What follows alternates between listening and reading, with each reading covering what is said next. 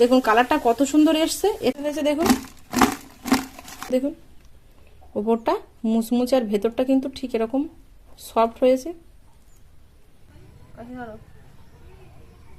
নমস্কার বন্ধুরা, সুপ্রিয়া কিচেনে আবার আপনাদের সবাইকে স্বাগত জানাই আরো একটা রেসিপিতে।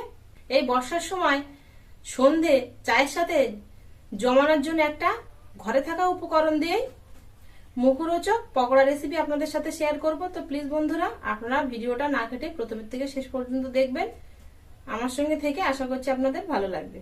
যে সকল বন্ধুরা ইউটিউব চ্যানেলে নতুন, প্লিজ বন্ধুরা চ্যানেলটিকে সাবস্ক্রাইব করবেন, আর ফেসবুক পেজ থেকে দেখলে পেজটিকে ফলো করে পাশে থাকবেন। পকোড়া বানানোর জন্য এখানে দেখুন আমি সয়াবিন নিয়েছি, আজকে সয়াবিনের পকোড়া বানাবো। সয়াবিনগুলো প্রথমে গরম জলে ভেজাতে দেব।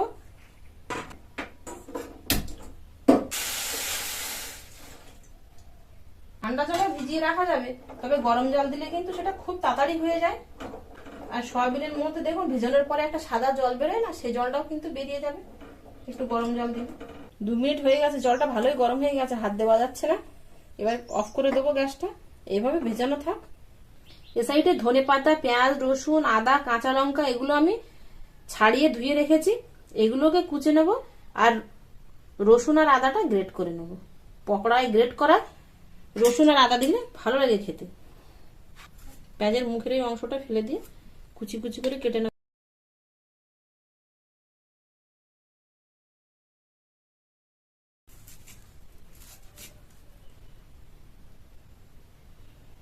লম্বা করে আর কাটলাম না, একেবারে এরকম একটু মোটা মোটা চৌকো করে কেটে নিলাম।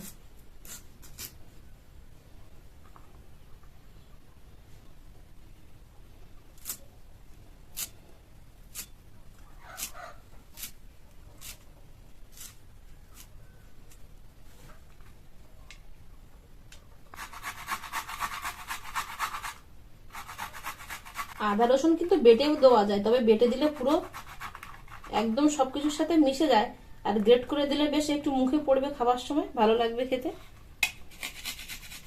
সবগুলো কেটে আর গ্রেট করে রেডি করে নিয়েছি। এ সাইডে সয়াবিনটা দেখুন একদম ভিজে নরম হয়ে গেছে, আর জলটাও ঠান্ডা হয়ে গেছে, আমি হাত দিতে পারছি এই যে। আর দেখুন এই যে এরকম নরম হয়ে গেছে, গলে যাচ্ছে। এবার এটাকে আমি 2-4 বার ধুয়ে নেবো পরিষ্কার করে জল পাল্টে। সয়াবিনটা ধুয়ে পরিষ্কার করে জল ঝরিয়ে নিয়েছি, একদম এরকম দেখুন শুকনো করে চাপ দিয়ে দিয়ে জল ঝরিয়ে নিয়েছি। এখানে একটা গ্রেটার নিয়েছি, গ্রেটারে গ্রেট করে নেব। তবে যাদের কাছে মিক্সার আছে আপনারা মিক্সারে 2-4 বার ঘুরিয়ে নিতে পারেন।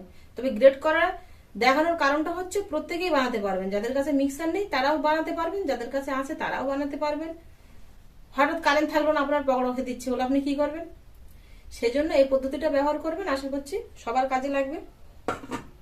গ্রেট করে নেব।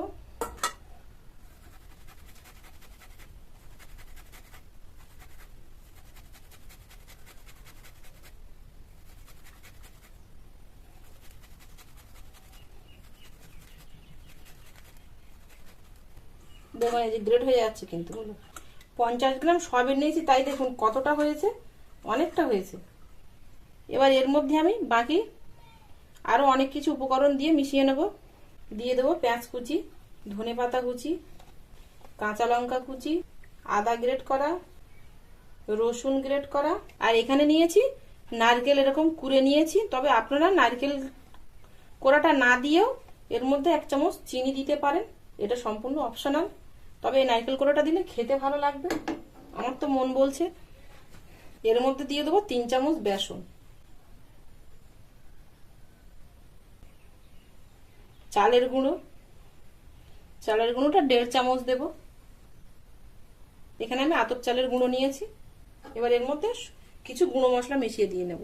দিয়ে দেবো লবণ স্বাদ মতো, হলুদ গুঁড়ো, জিরের গুঁড়ো, লঙ্কার গুঁড়ো, চাট মশলা দিয়ে দেবো, গরম মশলার গুঁড়ো দেবো 1 চামচে 3 ভাগের 1 ভাগ, দিয়ে দেবো গোটা মৌরি। এবার সবকিছু দিয়ে ভালো করে মিশিয়ে নেব। জল দেবো না কিন্তু এর মধ্যে, লবণ দেওয়া আছে তো, পেঁয়াজ আর বাকি সবজির মধ্যে যে সবজি বলছি থুড়ি, পেঁয়াজ আর আদা রসুন এগুলো দেওয়া আছে তো, সবকিছু থেকে হালকা যে জলটা বেরোবে তাতেই হয়ে যাবে। 2 মিনিট এইভাবে মাখাতে লাগলেই আস্তে আস্তে দেখুন নরম হয়ে যাবে। দেখুন আস্তে আস্তে আগের থেকে অনেকটা আরো নরম হয়ে গেছে। আর হাতের মধ্যে রেখে এইভাবে পকোড়ার শেপ দেওয়া যাচ্ছে। দেখুন এই যে। এবার গ্যাসটা ধরিয়ে ভাজার জন্য তেল গরম করতে বসিয়ে দেবো। দেবো সাদা তেল। তেলটা আগে পুরানো তেল, ভাজা তেল ছিল, সেই তেলটাই দিয়ে দেবো। তেলটা মোটামুটি মিডিয়াম গরম হয়েছে। এবার গরম তেলে পকোড়াগুলো গোল গোল শেপ করে ছেড়ে দেবো। ছাড়ার সময় গ্যাসের ফ্লেমটা একটু লোতে রাখবো, গোল পাকাতে একটু সময় লাগবে তো সেই জন্য। আর আপনারা যদি চান তাহলে আগে থেকেই গোল শেপগুলো দিয়ে রেখে দিতে পারেন।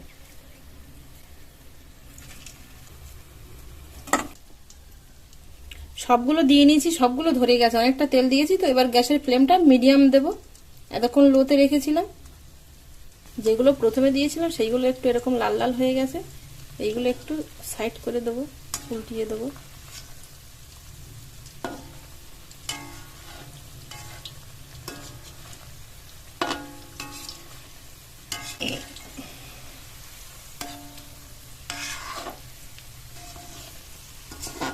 পকোড়াগুলো এরকম লাল করে ভেজে নিয়েছি, 5-7 মিনিট ধরে ভেজে নিয়েছি।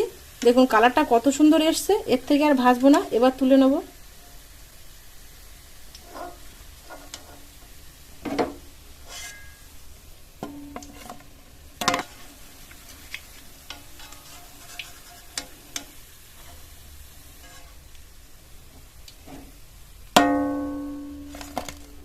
হয়েছে দেখুন। ভাজার সময় মনে হবে যে একটু নরম নরম, কিন্তু যখন তুলে আপনি খানিকক্ষণ রেখে দেবেন তারপরে দেখবেন ঠিক এরকম শক্ত হয়ে যাবে। এবার আপনাদের ভেঙে দেখাচ্ছি যে কতটা সুন্দর হয়েছে। দেখুন উপরটা মুচমুচে আর ভেতরটা কিন্তু ঠিক এরকম সফট হয়েছে। বাটিতে একটু টমেটো সস নিয়ে নেব। একবার যদি খান আশা করছি বারবার খেতে চাইবেন এইভাবে বানিয়ে।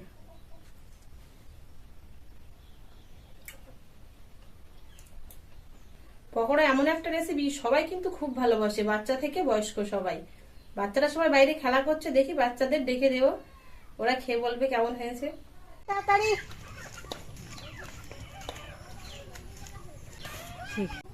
বাচ্চাদের ডেকেছে, ওরা চলে এসছে, ওরা খেয়ে বলবে।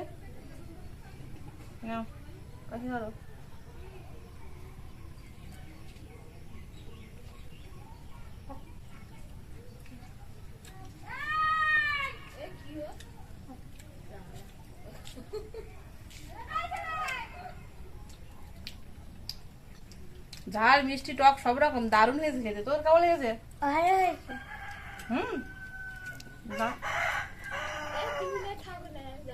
আমি যেভাবে বাড়িতে থাকা উপকরণ দিয়ে খুব সহজে বানিয়ে ফেললাম, আপনারাও খুব সহজে বানিয়ে খাবেন, খেয়ে দেখবেন। আশা করছি আপনাদের ভালো লাগবে। আর যদি ভালো লাগে তাহলে প্লিজ বন্ধুরা চ্যানেলটিকে বেল আইকন সহ সাবস্ক্রাইব করবেন, আগেই বলেছি।